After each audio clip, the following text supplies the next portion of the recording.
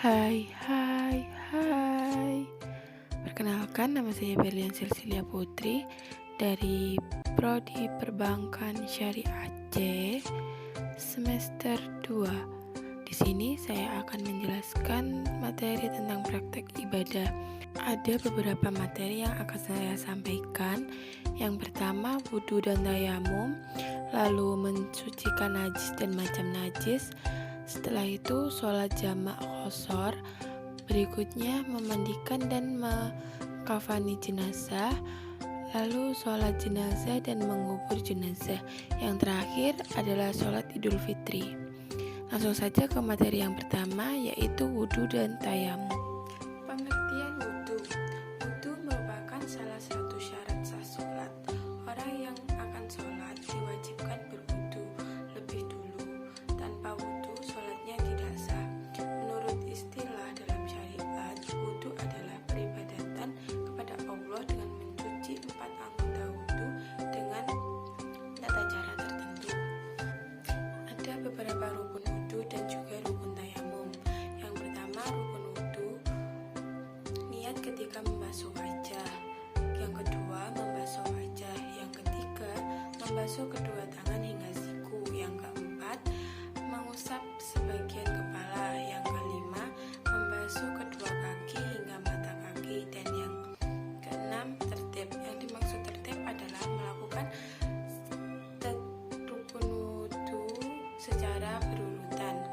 Selanjutnya ada rukun wudhu tayamum. Yang pertama yaitu niat. Yang kedua, mengusap muka dengan tanah. Yang ketiga, mengusap kedua tangan sampai siku. Yang keempat, tertib.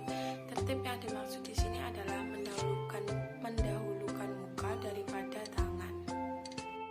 Ada tata cara wudhu dan juga tata cara bertayamum sebagai berikut.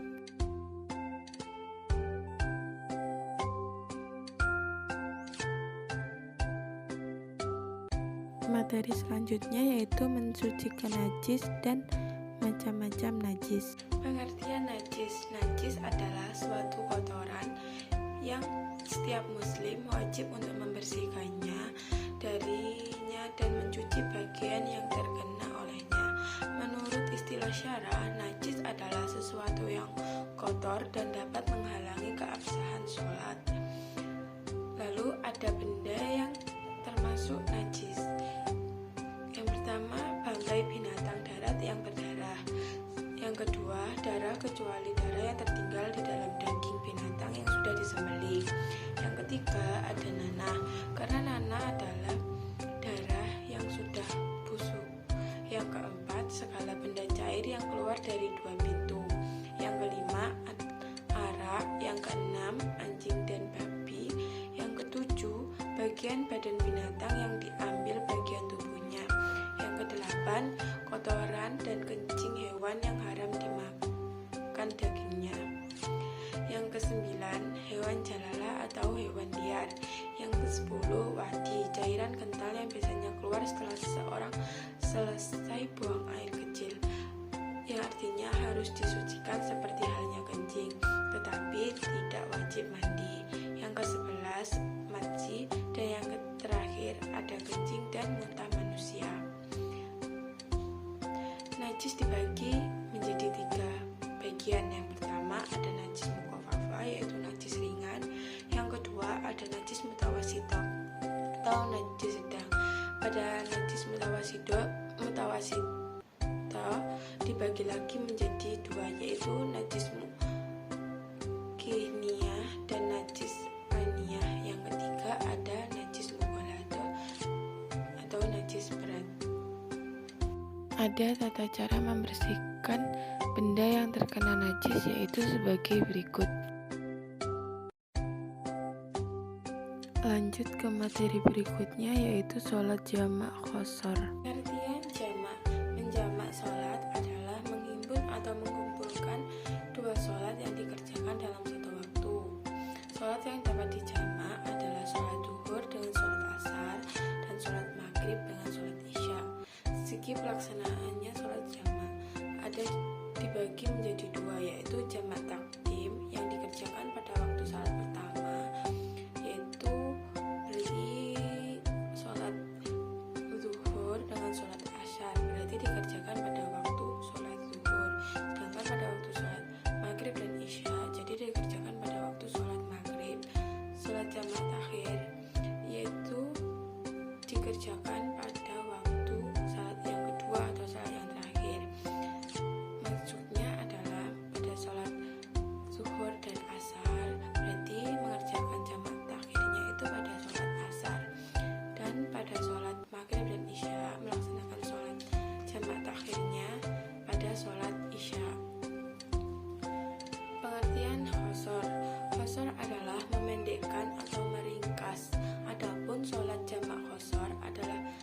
memangkas jumlah sholat rakaat yang 4 rakaat menjadi 2 rakaat. Sholat fardu yang dapat diqashar adalah zuhur, asar, maghrib, dan isya. Sedangkan subuh tidak dapat diqashar, jumlahnya tetap 2 rakaat. Jamak qashar dibagi menjadi 2, ada jamak qashar takdim dan juga jamak qashar takhir.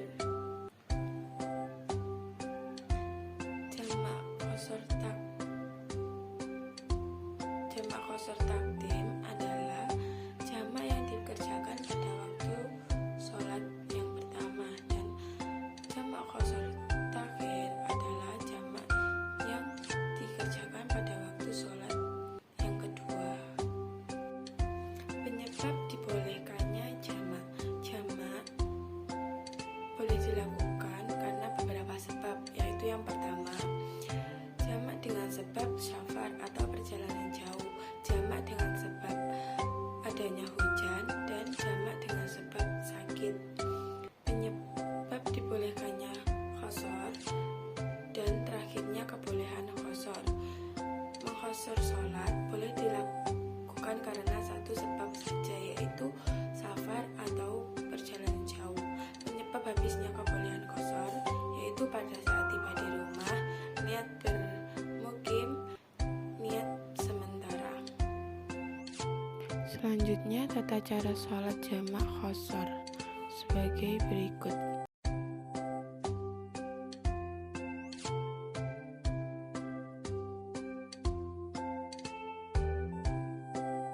Selanjutnya yaitu memandikan dan mengkafani jenazah.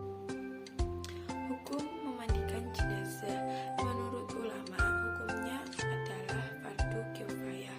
Syarat wajib memandikan jenazah: yang pertama, si mayit seorang muslim; yang kedua, tubuh si mayit masih ada walaupun sedikit.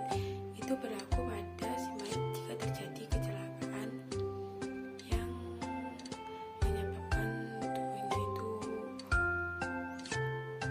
hilang atau sebagainya. Yang ketiga, si mayit itu bukan wafat dengan keadaan syahid. Orang yang berhak memandikan jenazah yaitu yang pertama, apabila mayat itu laki-laki, hendaklah laki-laki juga yang memandikannya, dan juga sebaliknya. Jika mayat tersebut perempuan, maka perempuanlah yang hendak memandikannya, kecuali istri atau suami dan muhrimnya. Selanjutnya, orang yang berhak memandikan jenazah adalah orang yang telah ditunjuk oleh si mayit sendiri sebelum wafat atau sesuai dengan wasiatnya. Berikutnya, bapaknya, sebab ia lebih tahu mengenai si mayit daripada anak si mayit tersebut.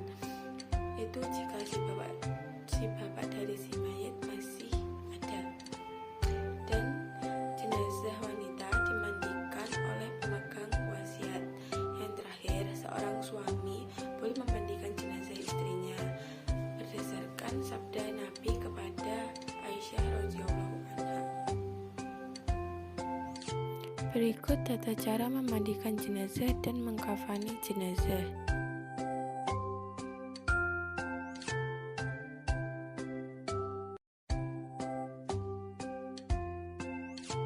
Setelah itu, sholat jenazah dan mengubur jenazah. Hukum sholat jenazah.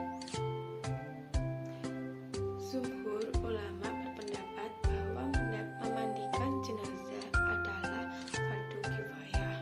Syarat sholat jenazah sama dengan sholat yang lain. Yang kedua, keadaan mayat yang disolatkan sudah dimandikan dan dikafani.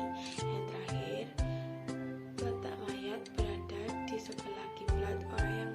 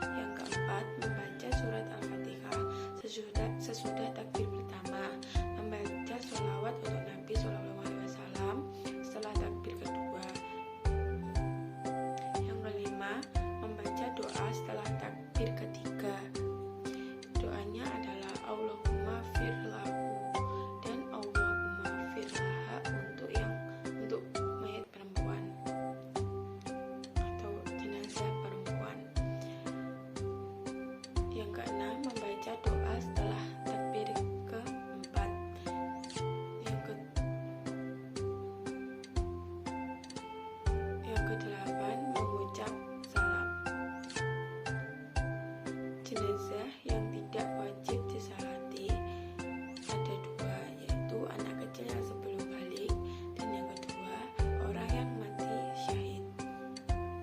Menguburkan jenazah. Hukum menguburkan jenazah adalah wajib, sekalipun jenazah tersebut adalah orang kafir. Menguburkan jenazah dibawa ke kuburan dengan cara dipikul pada 4 penjuru dan dibawa dengan berjalan cepat tetapi tidak berlari. Jika lokasi penguburan jauh, maka diperbolehkan menggunakan alat angkut seperti mobil. Ada beberapa larangan yang bersangkutan dengan kuburan. Yang pertama, menembak kuburan. Yang kedua, duduk di atas kuburan. Yang ketiga, membuat rumah di atas kuburan. Yang keempat, membuat tulisan-tulisan di atas kuburan atau nisan. Yang kelima, membangun masjid di atas kuburan. Tata cara sholat jenazah dan mengubur jenazah.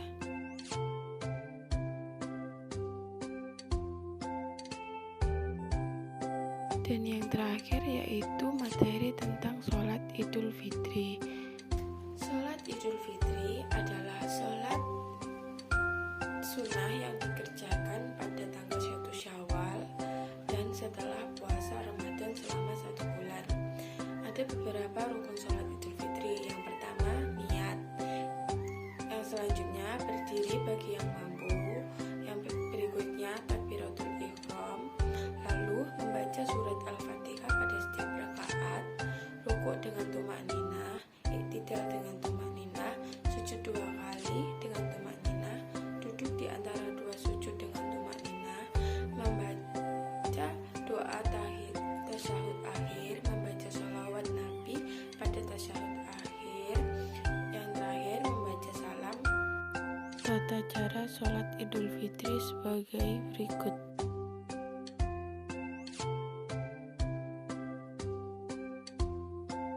Itu tadi adalah beberapa materi yang saya sampaikan pada video kali ini, dan apabila ada salah pengucapan dalam menjelaskan materi, saya mohon maaf. Sampai jumpa di video selanjutnya.